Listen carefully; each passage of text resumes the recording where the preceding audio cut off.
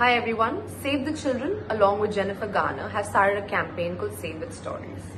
So basically, all you have to do is listen to the story and go to the link below and contribute and donate because we are trying to help children who are affected by COVID-19. And I'm going to read my favorite story to all you little ones, which is called Mulla Nasruddin Feeds His Coat. Mulla Nasruddin had been working in the fields all day long. He was tired and sweaty and his clothes and shoes were covered with mud and stains. Because he'd been fasting all day for Ramzan, he was also quite hungry. It was almost sundown and Nasruddin knew that he would soon be able to eat. Now, the wealthiest man in town had invited everyone to come and break their fast in his home that evening with a huge feast. Nasruddin knew that he would be late if he went home to change his clothes before heading into town. So he decided it was better to arrive in dirty clothes than to be late. Oh, what a party it was going to be. What a feast. As he walked to the wealthy man's home, Nasruddin imagined the delicious foods he would soon be eating. Dates, lentils and chickpeas, olives and bread, hummus, falafel, kebabs of chicken and mutton, and best of all, the desserts. Halwa, date rolls, figs and baklava. So when Nasruddin arrived, the wealthy man opened the door and looked Nasruddin up and down scornfully from his worn, ragged out clothes to his muddy shoes. Without a word of welcome, he gestured for Nasruddin to come in and walked abruptly away. I wonder what the wealthy man was thinking. Let's see what happens next. Nasruddin joined the many people who were all dressed in their finest clothing.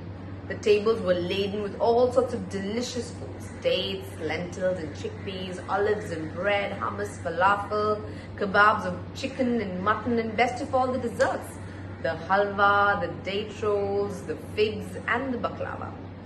Now, despite his efforts to hurry, the seats were all taken and nobody tried to move or make space for Nasruddin. In fact, nobody offered him food. He had to reach over and around people to get any food for his plate. Nobody spoke to him. It was as if he wasn't even there. I wonder how Nasruddin was feeling about this. Well, the other guests ignored him so completely that Nasruddin could not enjoy the food in his plate, no matter how finely prepared and how tasty it was.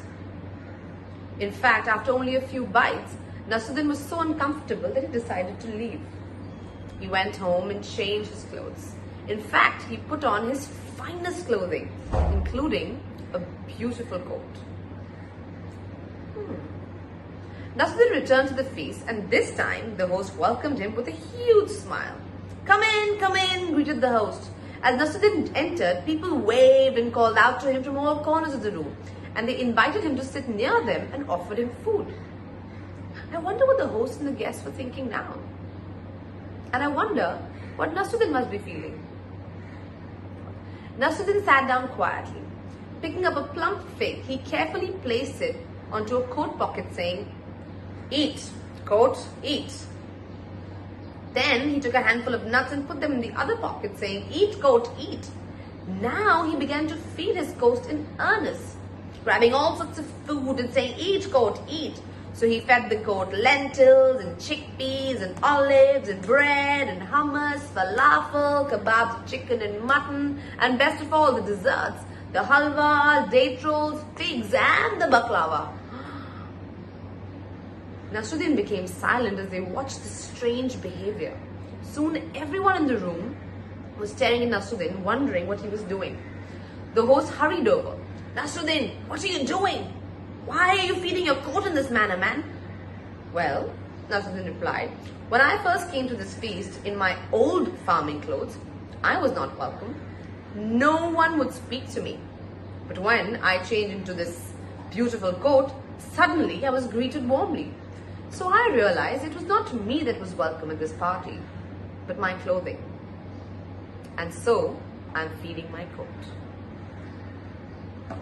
Well, I really like this story. I want to know what you guys think of this story. So please feel free to share, and you can leave all your comments in the link below. Lots of love, all of you guys. Stay safe, stay home.